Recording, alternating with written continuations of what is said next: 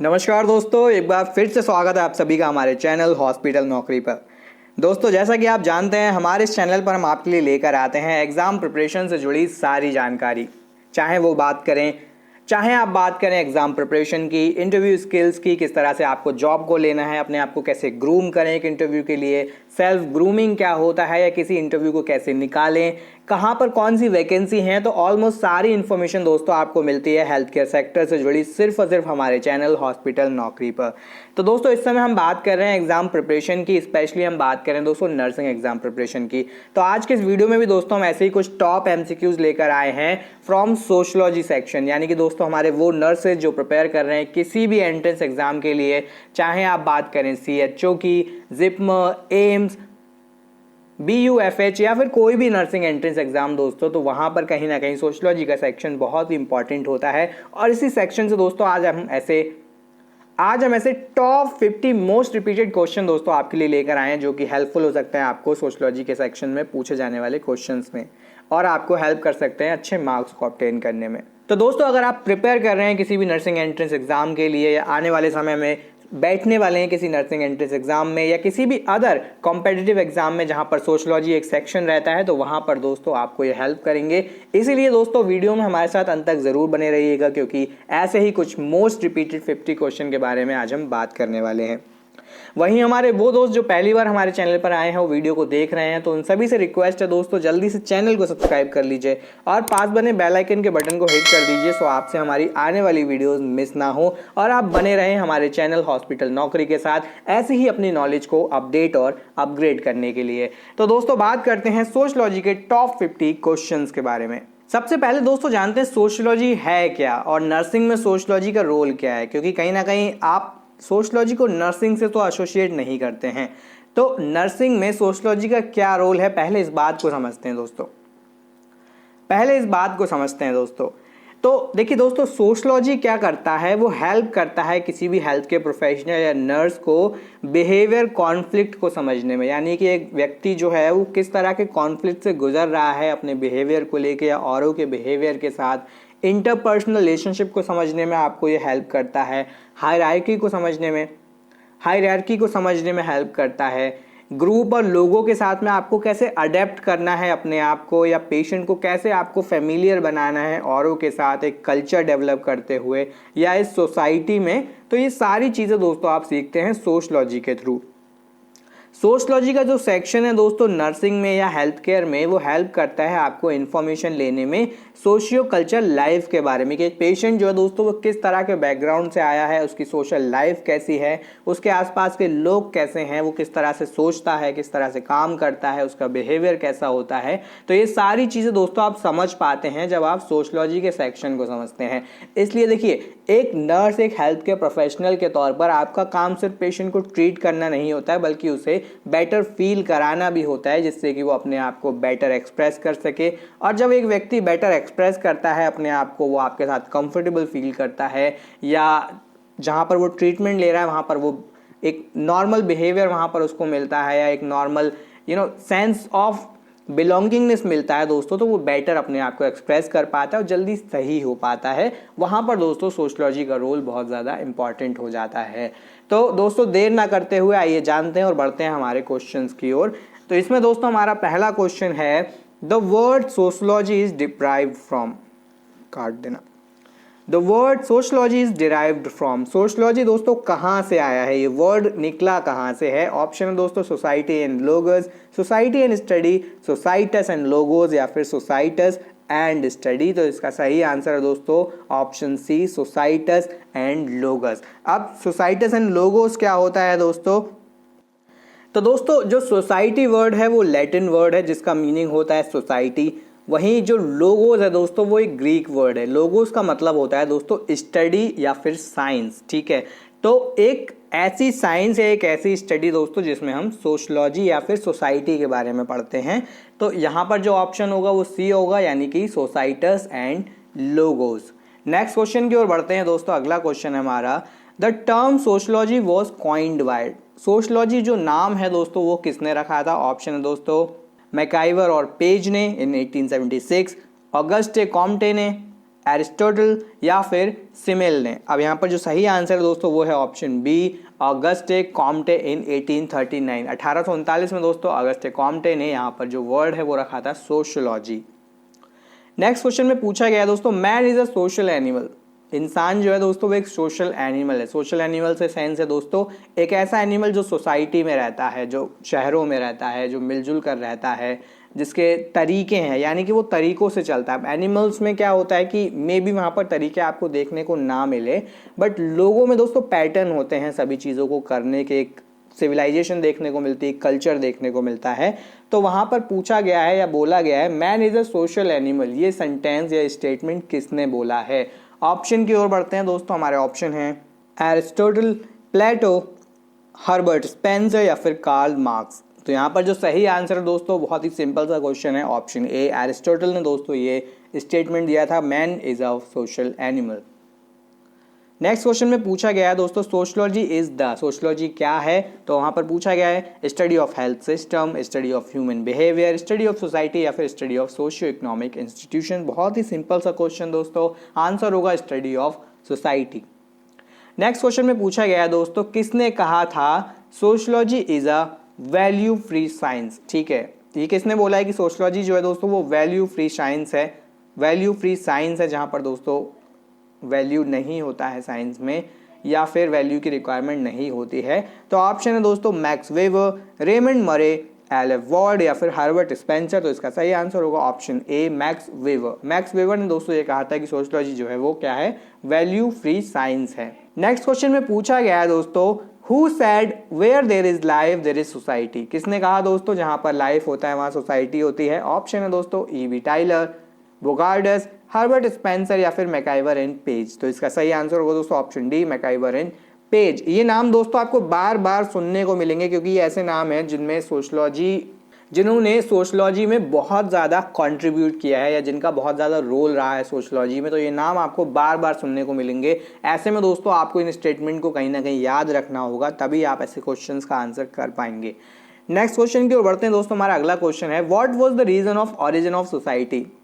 Society के origin का कारण क्या था, यानी कि सोसाइटी जो उसका निर्माण हुआ उसकी वजह क्या थी? ऑप्शन है दोस्तों रेवोल्यूशन, गॉड्स विल, एवोल्यूशन या फिर कंपटीशन। तो इसका सही आंसर होगा दोस्तों ऑप्शन सी एवोल्यूशन, यानी कि विकास करने के लिए दोस्तों हमें सोसाइटी की ज़रूरत थी। सोसाइटी के बिना विकास कर पाना संभव नहीं था, यानी कि पहले जो लोग हुआ करते थे दोस्तों वो अलग अलग रहा करते थे।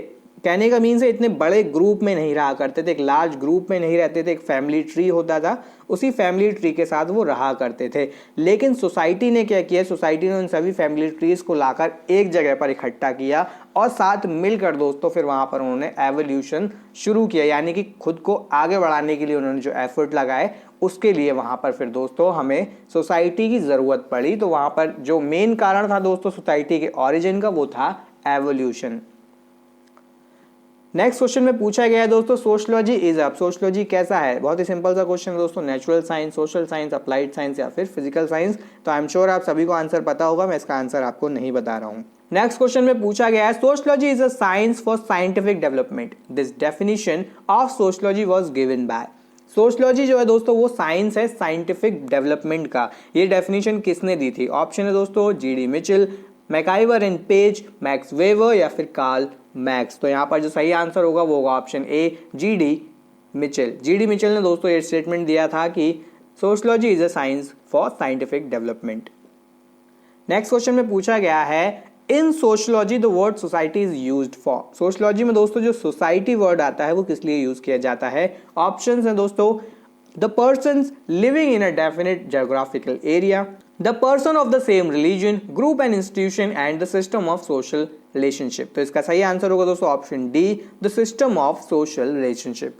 नेक्स्ट क्वेश्चन की ओर बढ़ते हैं दोस्तों। अगले क्वेश्चन में पूछा गया है which of the following is characteristic of society? इनमें से कौन सा दोस्तों कैरेक्टरिस्टिक है सोसाइटी का? ऑप्शन है दोस्तों interdependence, differences and likeness, reciprocal social relationship या फिर ऑल ऑफ द अबव। तो इसका सही आंसर होगा दोस्तों option D all of the above, क्योंकि ये सभी दोस्तों कहीं ना कहीं कैरेक्टरिस्टिक्स हैं या संबंध रखते हैं सोसाइटी से। यहाँ पर आपको डिफरेंसेस भी देखने को मिलते हैं, इंटरडिपेंडेंस भी देखने को मिलता है, रेसिप्रोकल सोशल रिलेशनशिप भी आपको यहाँ पर देखने को मिलते हैं। तो इसलिए ऑप्शन डी जो है दोस्तों वो सही आंसर होगा। नेक्स्ट क्वेश्चन में पूछा गया है society is a network of social relationship was said bye. Society जो है दोस्तों एक नेटवर्क है सोशल रिलेशनशिप का, ये किसने कहा था, ये स्टेटमेंट किसका है? ऑप्शन है दोस्तों ऑकबर्न, डेविस, मैकाइवर या फिर कूले। तो यहाँ पर सही आंसर होगा दोस्तों ऑप्शन सी मैकाइवर। मैकाइवर का दोस्तों ये स्टेटमेंट था, society is a network of social relationship. Next question में पूछा गया है one of the short coming of societies, इनमें से कौन सा दोस्तों जो है वो कमी है एक सोसाइटी, यानी सोसाइटी में दोस्तों क्या कमी आपको देखने को मिलती है या वो चीज़ अच्छी नहीं है सोसाइटी के अंदर। तो ऑप्शन की ओर देखते हैं दोस्तों। ऑप्शन है lack of experimentation, lack of exactivity, lack of objectivity या फिर ऑल ऑफ द अबव। तो ऑप्शन होगा दोस्तों, तो सही ऑप्शन होगा दोस्तों option D all of the above. तो यहाँ पर दोस्तों लैक ऑफ एक्सपेरिमेंटेशन, यानी कि एक्सपेरिमेंट ज़्यादा देखने को नहीं मिलते हैं, यानी कि चेंजेस ज़्यादा देखने को नहीं मिलते हैं सोसाइटी में। आजकल भले ही देखने को मिलते हैं, लेकिन जब ये बात हो रही थी उस समय में कहीं ना कहीं इतने ज़्यादा चेंजेस देखने को नहीं मिलते थे। लैक ऑफ एग्जैक्टिविटी, एग्जैक्टिविटी वहाँ पर नहीं होती थी। एग्जैक्टिविटी क्या होता है दोस्तों? एग्जैक्टिविटी से हमारा मतलब है बहुत ही स्पेसिफिक, यानी कि दोस्तों ऐसी चीज़ जो बहुत ज़्यादा स्पेसिफिक हो और बहुत ही छोटी छोटी डिटेल पर फोकस करती हो। लैक ऑफ ऑब्जेक्टिविटी, ऑब्जेक्टिव्स इतने ज़्यादा नहीं होते थे कि क्या करना है आगे, किस तरह से करना है। ऑब्जेक्ट होना बहुत ज़रूरी होता है। लैक ऑफ ऑब्जेक्टिविटी आपने देखा। उसके अलावा दोस्तों ऑप्शन डी में ऑल ऑफ द अबव, यानी कि ये सभी कहीं ना कहीं शॉर्टकमिंग्स थे हमारे उस समय के, या अभी भी आप कहीं ना कहीं देख सकते हैं सोशलॉजी में। नेक्स्ट क्वेश्चन में पूछा गया है दोस्तों which of the following statement is correct about society. इनमें से कौन सा दोस्तों सोसाइटी के बारे में सही स्टेटमेंट है या कथन है? तो ऑप्शन है दोस्तों individuals can exist without society, society is the scientific study of social relationship, individual and society are interdependent या फिर बोथ बी एंड सी। तो इसका सही आंसर होगा दोस्तों option D both B and C, यानी कि दोस्तों सोसाइटी जो है दोस्तों एक साइंटिफिक स्टडी है सोशल रिलेशनशिप की, और दोस्तों यहाँ पर इंडिविजुअल और सोसाइटी जो होते हैं वो इंडिपेंडेंट होते हैं, यानी कि वो खुद पर निर्भर होते हैं, वो किसी और पर निर्भर नहीं होते हैं। तो दोनों ही आंसर दोस्तों यहाँ पर सही होंगे, यानी कि option D is the right answer. Next question में पूछा गया है which of the following statement is true. इनमें से कौन सा स्टेटमेंट दोस्तों सही है? Society means likeness, society means mutual aids, society implies differences या फिर ऑल ऑफ द अबव। तो इसका सही आंसर होगा option D all of the above. सभी स्टेटमेंट हैं दोस्तों यहाँ पर ये सही है। सोसाइटी मीन्स लाइकनेस, कहीं ना कहीं लाइकनेस आपको देखने को मिलता है। सोसाइटी मीन्स म्यूचुअल एड्स, यानी कि आप मिलजुल कर रहते हैं, एक दूसरे की हेल्प करते हैं। सोसाइटी इंप्लाइज डिफरेंसेस, यहाँ पर आपको डिफरेंसेस भी देखने को मिलते हैं लोगों की सोच में, लोगों के व्यवहार में, ठीक है, उनके रहने सहने में। और option D obviously all of the above. तो ये सभी दोस्तों यहाँ पर अप्लाई होते हैं। नेक्स्ट क्वेश्चन में पूछा गया है which of the following is a element of community. इनमें से कौन सा दोस्तों एक एलिमेंट है, एक तत्व है कम्युनिटी का, एक पार्ट है कम्युनिटी का। तो ऑप्शन है दोस्तों definite geographical area, group of people, community sentiment and feeling या फिर ऑल ऑफ द अबव। तो ऑप्शन होगा दोस्तों option D all of the above. ये सभी दोस्तों कहीं ना कहीं एक एलिमेंट है या पार्ट हैं सोसाइटी के, क्योंकि सोसाइटी जो होता है दोस्तों एक ज्योग्राफिकल एरिया में होता है, चाहे वो एरिया छोटा हो, बड़ा हो या एक बहुत बड़ा हो, ठीक है, कहीं ना कहीं वो सभी एक सोसाइटी का पार्ट है। ग्रुप ऑफ पीपल, वहाँ पर लोग देखने को आपको मिलते हैं। कम्युनिटी सेंटिमेंट और फीलिंग वहाँ पर आपको देखने को मिलते हैं, यानी कि एक धर्म के या एक जाति के लोगों में दोस्तों वहाँ पर सेंटिमेंट होते हैं और फीलिंग्स सबके अलग अलग होते हैं अपने धर्म के प्रति, अपनी जाति के प्रति, अपने लोगों के प्रति। तो वो भी दोस्तों कहीं ना कहीं एक हिस्सा होता है जो आपको देखने को मिलता है सोसाइटी में। तो ऑप्शन डी जो दोस्तों सही आंसर होगा all of the above. Next question में पूछा गया है man is a social animal because. अब देखिए ये तो हमें पता ही है, एरिस्टोटल का ये स्टेटमेंट है, लेकिन क्यों है ये पूछा गया है। तो man's nature and need make him so, ठीक है, society was born with him, he has been living in society since the birth of civilisation या फिर नन ऑफ द अबव। तो इसका सही आंसर होगा दोस्तों option A men's nature and need make him so, ठीक है, इंसान का जो नेचर होता है और उसकी जो ज़रूरतें होती हैं वो उसको एक सोशल एनिमल बना देती हैं। क्यों बना देती हैं?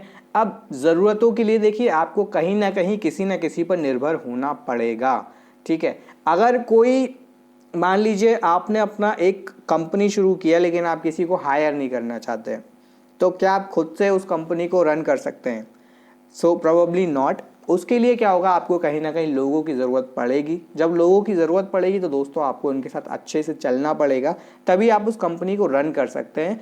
ऑल इन ऑल दोस्तों आपको लोगों की ज़रूरत पड़ेगी इस सोसाइटी में रहने के लिए। अगर आप उनसे मिलकर नहीं रहते हैं, उनसे बात नहीं करते हैं या उन्हें अपने साथ जोड़ते नहीं हैं, उनको हिस्सा नहीं बनाते हैं, तो कहीं ना कहीं दोस्तों आप इंडिपेंडेंटली उस तरह से सर्वाइव नहीं कर पाएंगे जितना कि आप लोगों के साथ मिलकर सर्वाइव कर सकते हैं।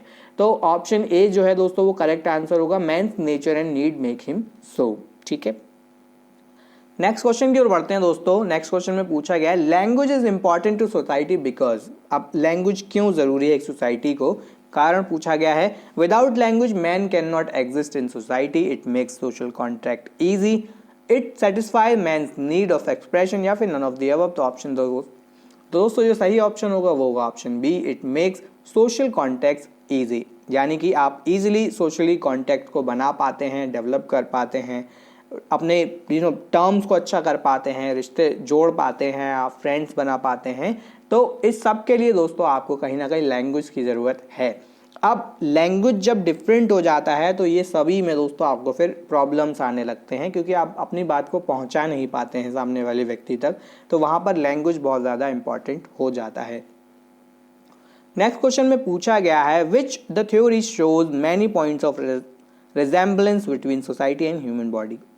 तो दोस्तों वो कौन सी थ्योरी है जो बहुत सारी सिमिलैरिटीज़ को दिखाती है सोसाइटी में और ह्यूमन बॉडी में।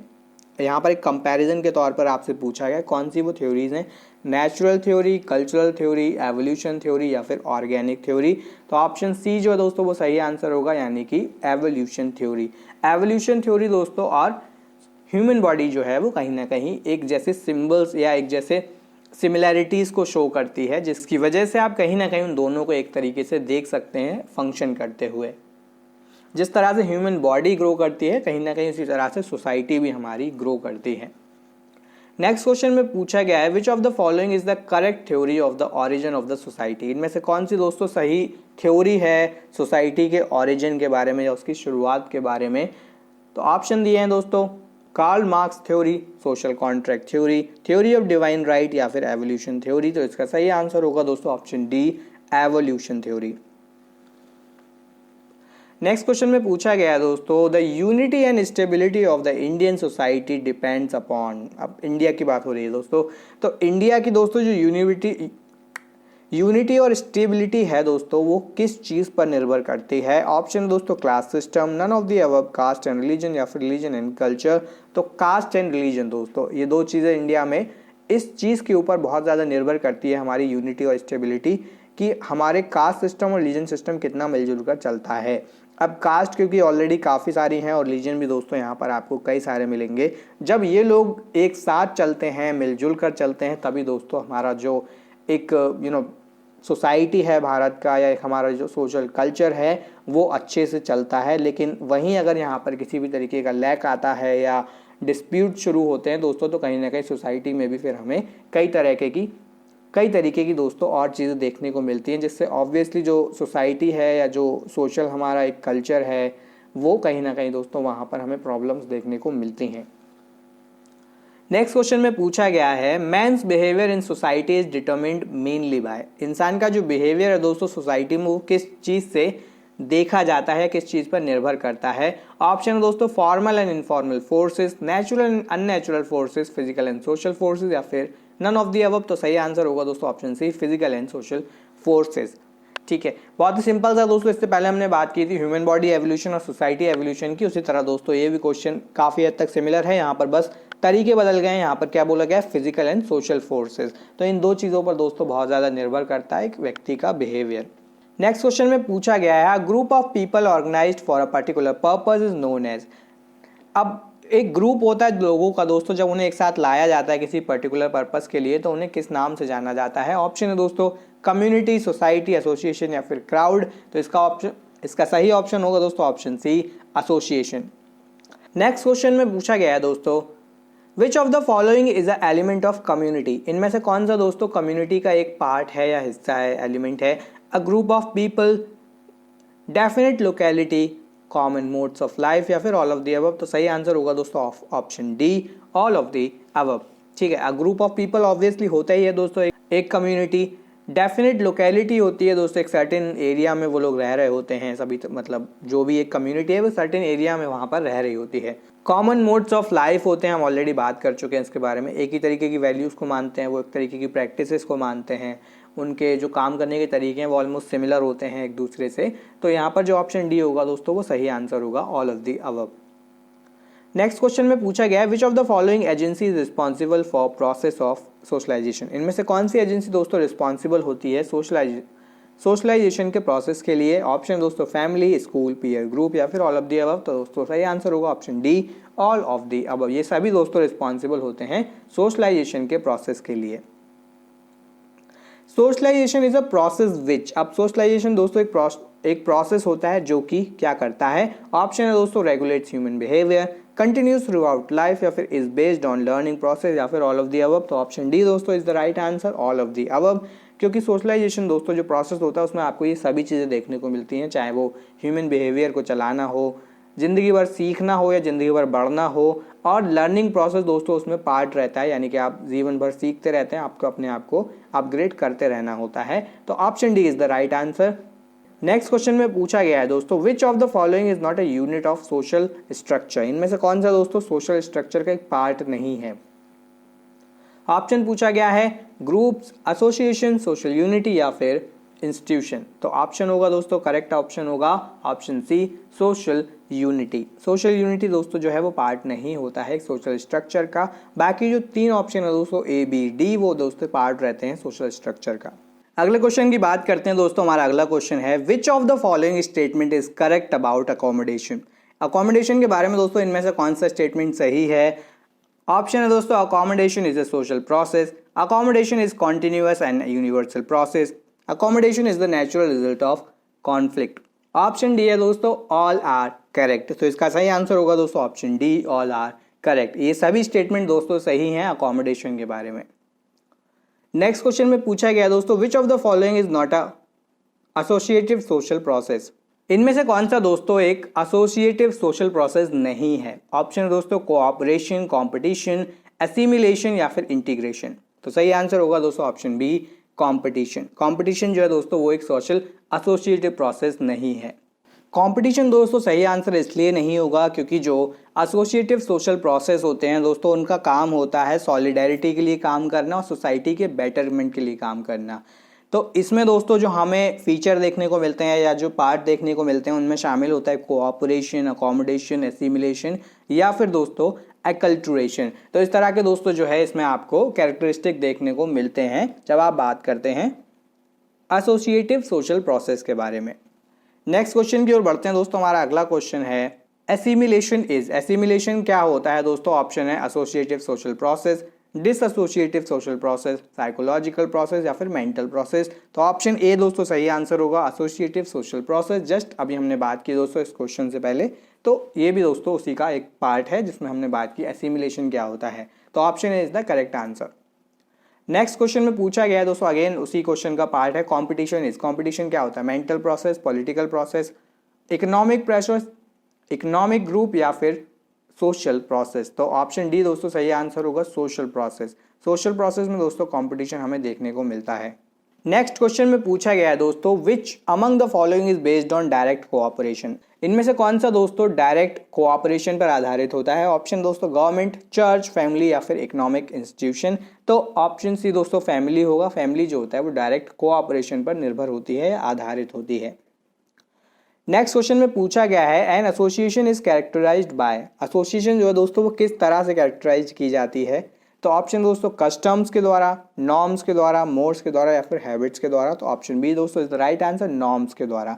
नॉर्म्स जो होते हैं दोस्तों वो वहाँ पर आप उसको जोड़ के देख सकते हैं एसोसिएशन से, ठीक है। कस्टम्स जो होते हैं दोस्तों वो एसोसिएशन का पार्ट नहीं होते हैं, वो एक रिलीजन का पार्ट होते हैं या फिर कास्ट का पार्ट होते हैं। तो वहाँ पर दोस्तों आपको कस्टम देखने को नहीं मिलते हैं। हैबिट दोस्तों सबकी अलग अलग हो सकती हैं, किसी की भी हैबिट एक जैसी नहीं हो सकती हैं। तो habit can not be part of association, but यहाँ पर नॉर्म्स जो है दोस्तों वो यहाँ पर ऑप्शन हो सकता है। नॉर्म्स जो होते हैं वो एसोसिएशन का एक हिस्सा होते हैं या कैरेक्टराइज्ड आप उनको कर सकते हैं।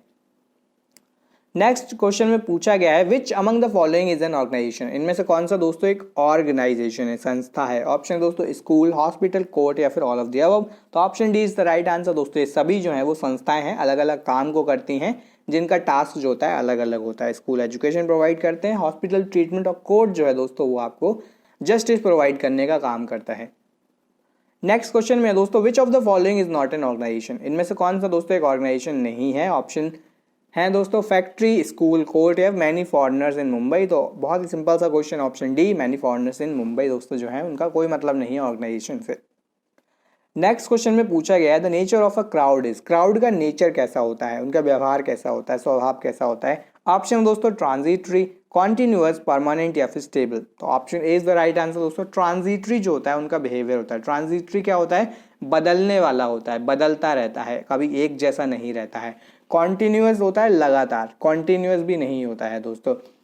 परमानेंट बिल्कुल नहीं होता है, स्टेबल भी नहीं होता है, ट्रांजिटरी होता है, क्योंकि क्राउड कभी एक जैसा नहीं रहता है, क्राउड बदलता रहता है। चाहे आप बात करें नंबर में, चाहे आप बात करें उनके थॉट प्रोसेस में, चाहे आप बात करें उनके गोल्स को लेके, या किसी भी पैरामीटर पर आप बात करें, तो क्राउड जो होता है दोस्तों वो घटता बढ़ता रहता है, वो कभी एक जैसा नहीं रहता है किसी भी पैरामीटर के ऊपर।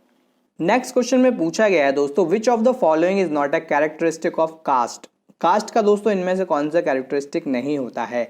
ऑप्शन है दोस्तों it is determined by birth only, restriction on marriage, no restriction on occupation या फिर रिस्ट्रिक्शन ऑन फूड हैबिट। तो करेक्ट आंसर होगा दोस्तों option C, no restriction on occupation. पहले के समय में दोस्तों अगर हम एंशिएंट इंडिया में जाएं या आज से करीब आप 200 साल पहले चले जाएं, तो वहाँ पर आपको रिस्ट्रिक्शन देखने को मिलते थे, क्योंकि काम जो है दोस्तों वो कास्ट के बेसिस पर डिवाइड किए जाते थे। लेकिन इंडिपेंडेंट इंडिया के बाद आप बात करें या मॉडर्न इंडिया की बात करें, तो यहाँ पर कास्ट के बेसिस पर दोस्तों काम का जो है वो डिवाइड नहीं किया जाता है, डिविडेशन नहीं होता है। काम जो है कोई भी किसी भी तरीके का काम आज के समय में कर सकता है, जो कि हमें देखने को भी मिलता है। तो करेक्ट आंसर होगा दोस्तों option C, no restriction on occupation. Next question है दोस्तों हमारा, human society has been cradled in rural groups, who said. अब ह्यूमन सोसाइटी जो है दोस्तों वो क्रेडल्ड रूरल ग्रुप्स में रही है। क्रेडल मीन्स क्या होता है दोस्तों, क्रेडल का अर्थ होता है, क्रेडल का जो दोस्तों बेसिक अगर हम उसका मीनिंग समझे तो वो एक छोटी सी जगह के लिए यूज़ होता है, एक बच्चे के झूले के तौर पे दोस्तों उस जगह को देखा जाता है। बच्चे के झूले को भी आप बोल सकते हैं, वो क्रेडल होता है। बट यहाँ पर दोस्तों जो मीनिंग है इस स्टेटमेंट का, सेंटेंस का, वो ये है कि human society has been cradled in rural group, यानी कि ह्यूमन सोसाइटी जो है दोस्तों वो छोटे छोटे विलेजेस में भी रही है, ठीक है। या विलेजेस में जो है दोस्तों बहुत ही छोटे छोटे ग्रुप्स हमें देखने को मिलते हैं लोगों के, जिनका एक बहुत बड़ा रोल रहता है हमारी सोसाइटी के अंदर। तो ये पूछा गया कि ये किसने कहा है, ये स्टेटमेंट किसका है। ऑप्शन दोस्तों बोगार्डस, जेम्सवर्थ, मैकाइवर या फिर किम्बल यंग। तो ये दोस्तों स्टेटमेंट दिया था मैकाइवर ने, ठीक है। मैकाइवर ने दोस्तों ये ऑब्जर्व किया था कि विलेज जो होते हैं दोस्तों वे क्लियरली इंपॉर्टेंट और वाइबल सोशल एंटिटी होते हैं वहाँ के लोगों के लिए, जो कि दोस्तों पार्ट लेते हैं लार्ज सोसाइटी में और दोस्तों शेयर करते हैं अपने पैटर्न्स को सिविलाइजेशन में। तो ये जो स्टेटमेंट था दोस्तों ये था मैकाइवर की ओर से, यानी कि ऑप्शन सी जो है दोस्तों वो करेक्ट आंसर है हमारा। नेक्स्ट क्वेश्चन में पूछा गया दोस्तों status and rank characterise the members of. Status और रैंक जो है दोस्तों वो मेंबर्स को, किन मेंबर्स को कैरेक्टराइज करते हैं। ऑप्शन है दोस्तों कम्युनिटी, सोसाइटी, ग्रुप या कास्ट। इसका सही ऑप्शन होगा दोस्तों ऑप्शन डी, कास्ट। कास्ट को दोस्तों कैरेक्टराइज करते हैं स्टेटस और रैंक, यानी कि आपकी सोसाइटी में क्या स्टेटस है और क्या रैंक है दोस्तों, वो मेनली और मेजरली दोस्तों देखा जाता था कास्ट के बेसिस पर। नेक्स्ट क्वेश्चन में पूछा गया है which of the following is an organisation, इनमें से कौन सा दोस्तों एक ऑर्गेनाइजेशन है। ऑप्शन है दोस्तों world bank, UNO, RSS, all of the above. Option होगा दोस्तों option D, all of the above.